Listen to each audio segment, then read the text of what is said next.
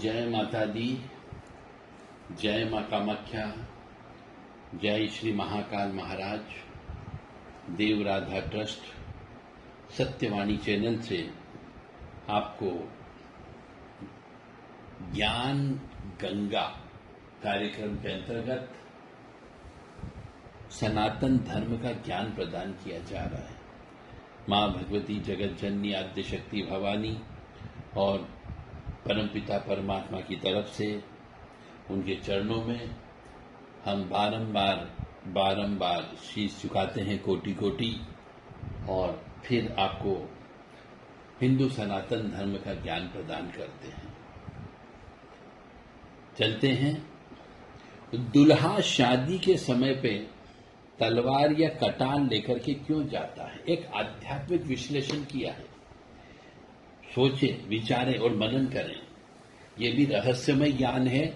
कभी आपने विचार क्यों नहीं किया, और किया तो इसका क्या अर्थ निकाला कि एक दुल्हा शादी के समय पे अपने साथ में एक कटार रखता है, एक तलवार रखता है। क्यों रखता है? आज हम इसके कारण का खुलासा करेंगे।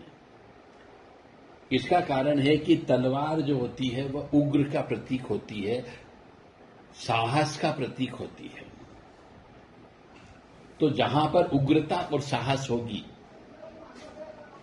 उसे हम मंगल कहते हैं, क्योंकि मंगल में साहस होती है, उग्रता होती है। तो तलवार जो है वह मंगल का प्रतीक है। और ससुराल में जाता है पहली बार दुल्हा जो है तलवार या कटार लेकर के ससुराल में ब्याहने के लिए जाता है। तो ससुराल को हमारे ज्योतिष परिभाषा में राहु कहा गया है। ससुराल यानी राहु, क्योंकि वह ससुराल में जा रहा है अपनी पत्नी को लेने के लिए, विवाह करने के लिए। इसीलिए मंगल यानी तलवार दी जाती है कि तू ससुराल में जो बैठा हुआ राहु है उसको दबा करके रखना। तो राहु को मंगल दबाता है, ऐसा ज्योतिष शास्त्र कहता है। अब एक और चीज कि हमारे जब विवाह संस्कार हो जाते हैं, कन्यादान होता है, तो उस समय पे बाप चारपाई यानी लकड़ी की चारपाई, लोहे की नहीं, लकड़ी की डबल बेड दी जाती है, चारपाई दी जाती है। वह चारपाई को हम केतु कहते हैं। वह केतु से संबंध रखती है। और केतु क्या करता है? वह संस्कारों का धनी है। और स्त्री को सबसे ज्यादा बलिदान संस्कार की जरूरत है, क्योंकि वो स्त्री जिसको ब्याह करके ला रहे हैं वो अपना घर छोड़ करके पराए घर में आ रही है, और साथ में डबल बेड भी ला रही है। इसलिए बलिदानी है। स्त्री बलिदान करके आ रही है, माता पिता भाई बहन सबको छोड़ के आ रही है, और वहां संस्कार होंगे तो वंश वृद्धि व समृद्धि बढ़ेगी। इसलिए दहेज में चारपाई दी जाती थी पुराने जमाने में, ताकि केतु कायम हो। मतलब एक लड़की के साथ में जब उसका ब्याह होता है, तो जब लड़का जाता है तो ससुराल को तो राहु कहते हैं, और वहां से जब वो लड़की लेकर के आता है तो उस लड़की के साथ जो चारपाई आती है उसे केतु कहा जाता है। और केतु जो है संस्कारी होता है, धार्मिक होता है। तो यदि यहां पर चारपाई नहीं दी और उसकी जगह लोहे का पलंग दे दिया तो वो चारपाई नहीं हो, लकड़ी की देना है आपको। तो वहां पर संस्कार आएंगे केतु के साथ में। तो वो यदि बहू चारपाई लेकर के आती है, पलंग साथ में लेकर के आती है, तो वहां पे उस घर में, उस लड़की के ससुराल में यानी दूल्हे के घर में वंश वृद्धि अवश्य होगी और समृद्धि होगी। इसीलिए पुराने जमाने में पलंग दान दिया जाता था। अब इसी का एक और उदाहरण मैं दे रहा हूं उस विवाह के बारे में,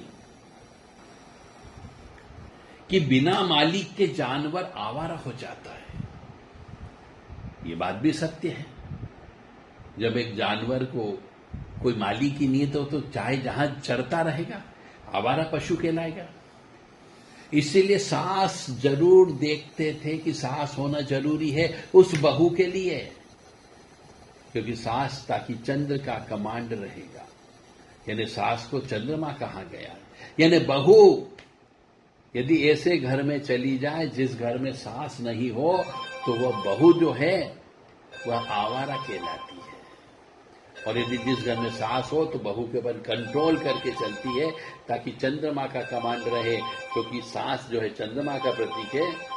तो आजकल जो रिवाज खत्म हो गए हैं और पंछी आजाद हो गया है, इसलिए यहां पे तलाक भी हो रहे हैं और घर के क्लेश भी बढ़ रहे हैं।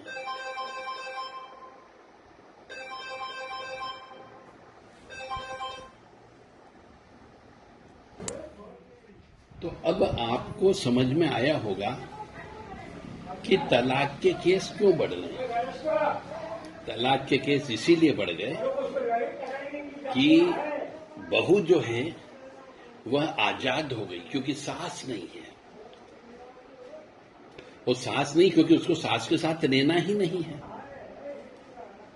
इसीलिए तलाक और क्लेश बढ़ रहे हैं। अब हम इसमें और गहराई से विस्तार से वर्णन कर रहे हैं कि यदि एक बाप अपनी बेटी को दहेज में बहुत सारा इलेक्ट्रॉनिक सामान देता है, मिक्सी दे दी, टीवी दे दिया, फ्रिज दे दी, और भी इलेक्ट्रॉनिक आइटम दे दिए। ये तो इलेक्ट्रॉनिक आइटम जितने भी हैं इसको ज्योतिष शास्त्र में राहु कहा जाता है। यदि किसी का राहु खराब हो जाता है तो इलेक्ट्रॉनिक आइटम बहुत जल्दी खराब होते हैं। अब आपने केतु देने के बजाय, मतलब केवल चारपाई और गद्दा देना था, उसके बजाय आपने उस केतु के साथ साथ आपने इलेक्ट्रॉनिक आइटम 4 गुना दे दिया, तो संपूर्ण राहु आपने ससुराल पहुंचा दिया बेटी के साथ में। तो क्लेश तो होगा ही होगा। इसलिए यदि एक बाप के लिए हम बोल रहे हैं कि यदि बेटी का भला चाहते हो तो सामान के पैसे दे दो, सामान मत देना। सिर्फ दहेज में आपको केवल 4 पाई बेड देना है और अपने घर से उस बेटी के यहां पे केवल 4 पाई आपको पहुंचाना है, बाकी सबके पैसे दे दो। तो ये राहु का दोष नहीं लगेगा।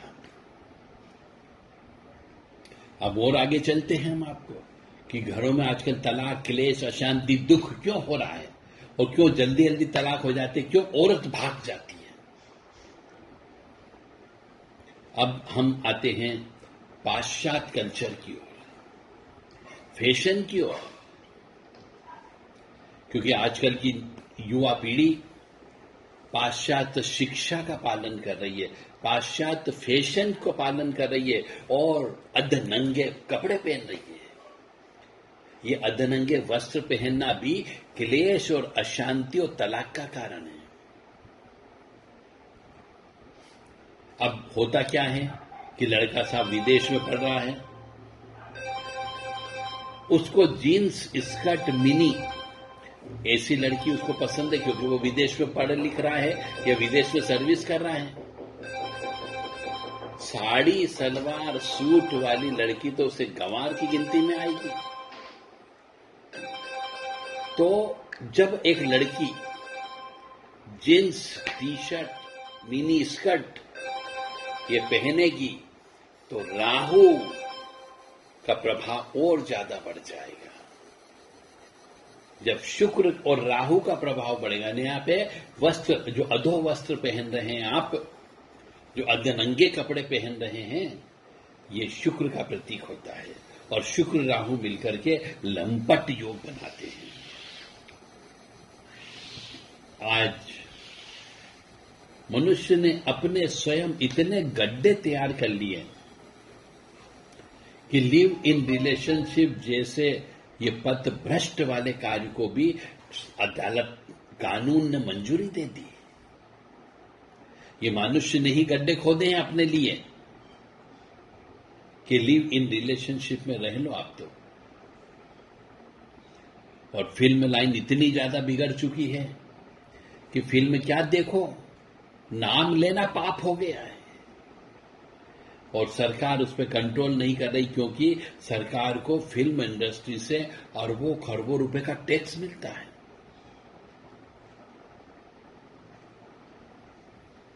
मगर सरकार को तो अंग प्रदर्शन के पैसे मिल रहे हैं। और आम इंसान इस घटिया फैशन को न जाने क्यों अपना रहा है, और अपना करके अपनी गृहस्थी भी खराब कर रहा है। अब देखो, हम विज्ञापन देखते हैं, कोई अभिनेता कोई बनियान का विज्ञापन कर रहा है, कोई गुटखे का प्रचार प्रसार कर रहा है, तो क्या वो एक्टर जो है जिसका विज्ञापन कर रहा बनियान का, क्या वो बनियान पहनता है या वो गुटखा खाता है? नहीं, परंतु आम इंसान अंधभक्त हो गया है, अंधा हो गया है। और टीवी सीरियल, अधिकतर टीवी सीरियल आप खोल के देख लो तो उसमें सास बहू के झगड़े दिखाए जा रहे हैं, और हर एक के अंदर सास खराब और हर एक में बहू खराब।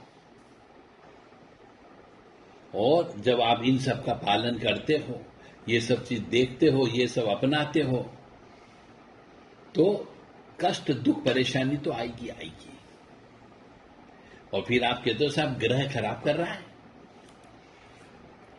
तो आजकल जो तलाक हो रहे हैं, आजकल जो घर में क्लेश हो रहे हैं, आजकल जो परित्यागता हो रही है, आजकल जो लड़की छोड़ के भाग जाती है, पहले तो नहीं होता था ऐसा। 40 साल पहले, 30 साल पहले, और पहले कई बार कुंडली भी नहीं मिलाई जाती थी, और फिर भी गृहस्थी बहुत अच्छी चलती थी।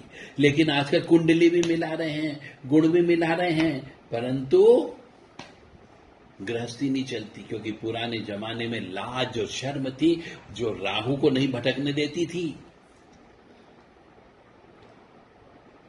बड़े छोटे के लिहाज थे, संस्कार थे, संयुक्त परिवार थे, इसलिए ग्रह विचलित नहीं कर सकते थे। हर वस्तु, हर रिश्ता किसी न किसी ग्रह से जुड़ा हुआ है। और यदि हम उनको दूर कर देंगे, यदि हम परिवार वालों को दूर कर देंगे, यदि हम रिश्ते को दूर कर देंगे, तो उससे संबंधित ग्रह हमारा कभी भी अच्छा भला नहीं करेगा, नुकसान देगा ही देगा।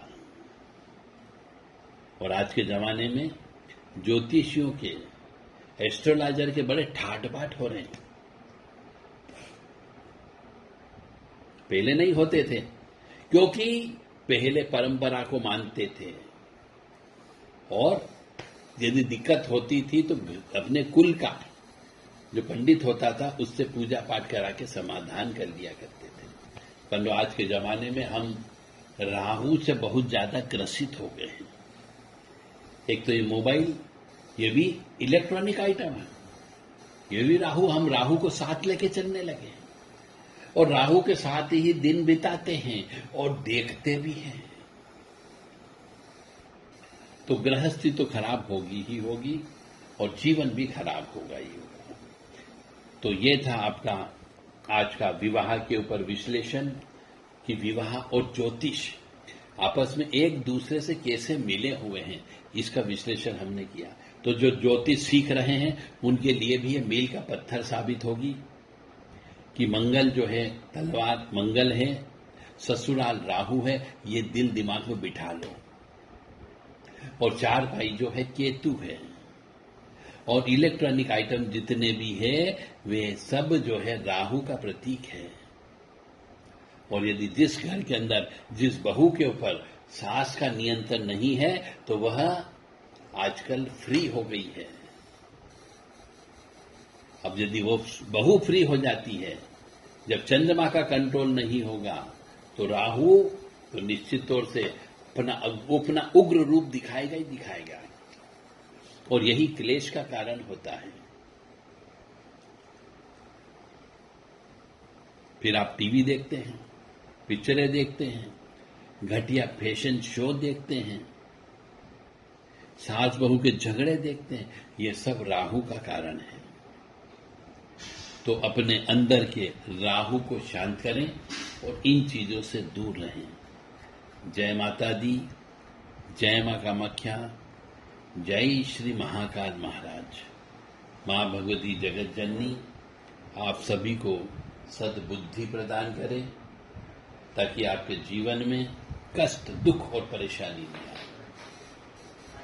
ओम मृत्युंजय महादेव त्राहि मां शरणागतम जन्म मृत्यु जरा व्याधि पीड़ितम कर्म बंधने। ओम मृत्युंजय महादेव त्राहि मां शरणागतम जन्म मृत्यु जरा व्याधि पीड़ितम कर्म बंधने। तो इस प्रकार से आपको अपने जीवन में ध्यान रखते हुए बेटी का सुख चाहते हो तो इलेक्ट्रॉनिक आइटम दान मत देना। जय माता दी।